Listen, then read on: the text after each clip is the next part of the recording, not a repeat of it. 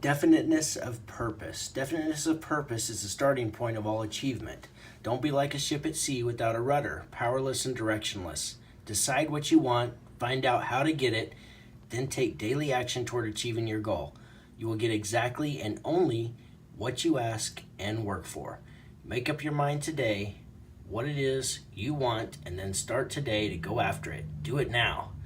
Successful people move on their own initiative, but they know where they're going before they start.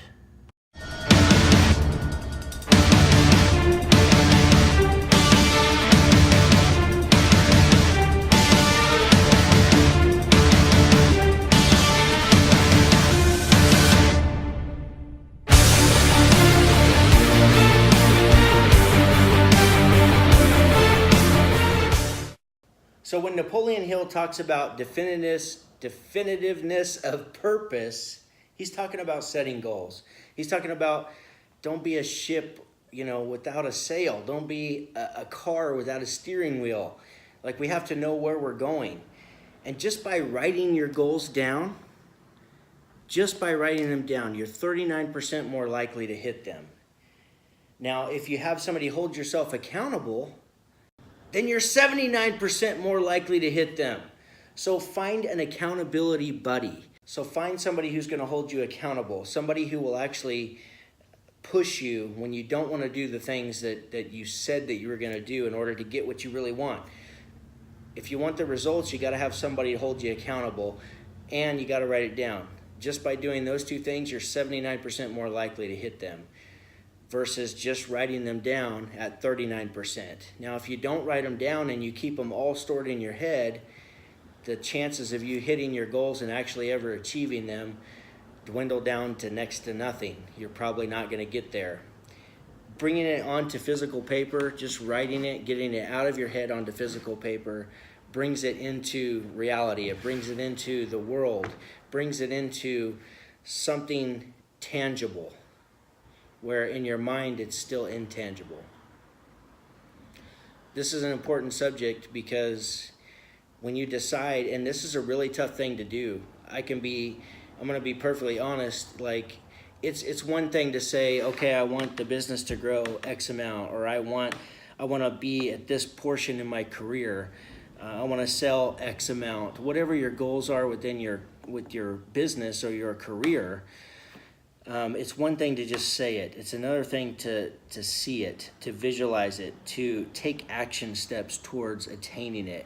I'm going to share with you the steps that Napoleon Hill shares in the classic Think and Grow Rich. I've mentioned it many times. If you haven't read the book, go out and get it right now.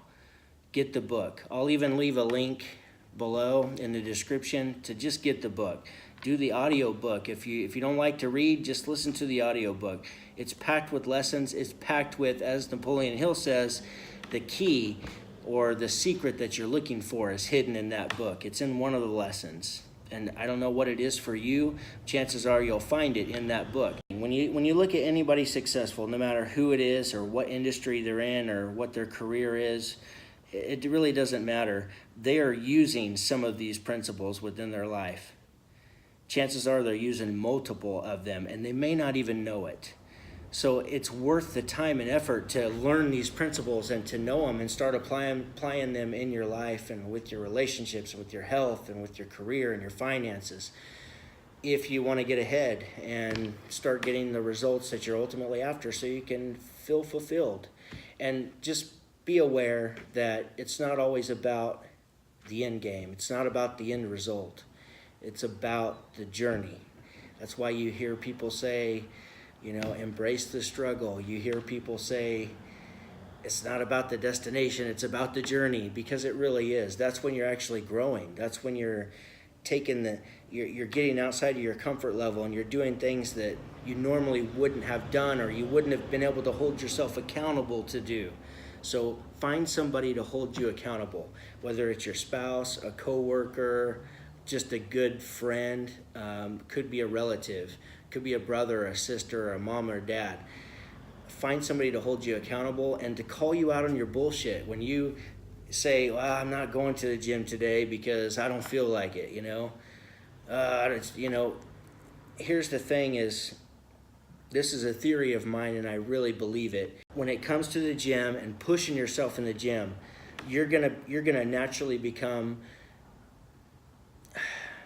you're gonna have a strength, a toughness about you mentally than somebody who doesn't go to the gym and doesn't understand how to push past pain thresholds. If you're doing curls or bench or squats and it gets painful, tricep push downs, shoulder presses, whatever it is you're doing, it starts to get painful and you're able to push yourself to do 2 more reps or whatever it is, you're gonna have a higher mental toughness to you than somebody who's never been through that or doesn't put themselves through that regularly. I truly believe that. So if you don't work out, start doing something. I always say to myself, because there's lots of times where I just don't feel like doing anything. Lots of times. But when I do something, not only do I gain some momentum from, I feel better, I always feel better, but I also wind up gaining momentum from knowing that I held myself accountable. So just holding yourself accountable can help you gain more courage and confidence and help you recommit to your goals and where you want to go in life. So if you don't work out, I highly recommend you start working out, just because the mental toughness it can help you develop. You can use that in all areas of your life. It's extremely important to pick you up when you don't feel so great, you don't feel good about the way things are going. The endorphins that it produces, gonna make you feel good, I promise. I like being sore. I like being sore. I feel stronger when I'm sore. So it's just something that I like. It's and you get used to it. Now I don't like being debilitating soreness. So you got to find where that line is and try not to cross it. Just do enough to stay sore. That's gonna mean that you broke down the muscle enough to where it can grow and get stronger. And you also had to push past a little bit of times where your mind was saying, no more, and you're able to go a little further. Even if you rested for 30 seconds and went a little further, well, that's, past the point of failure. And I believe that will translate into the rest of the areas of your life, as far as getting past the point where you normally would give up and quit and accept defeat. So, a couple of lessons, make sure that you get these and you use them, is decide what you want. That I didn't get into that earlier, I was going to, but it can be a really difficult thing to just sit down, give yourself time to really dial in what it is you want. I'm going to share on the screen here at the end of the video Napoleon Hill's steps to setting goals. Follow those steps. There's lots of other people out there that have maybe even some stronger ones, but we got to start with something. So start with Napoleon Hill's.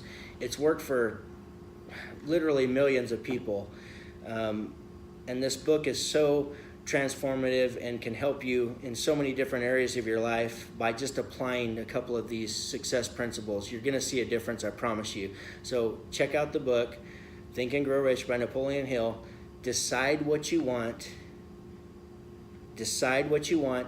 Get your definiteness of purpose so you know what direction you're headed, and it'll make a difference in all areas of your life.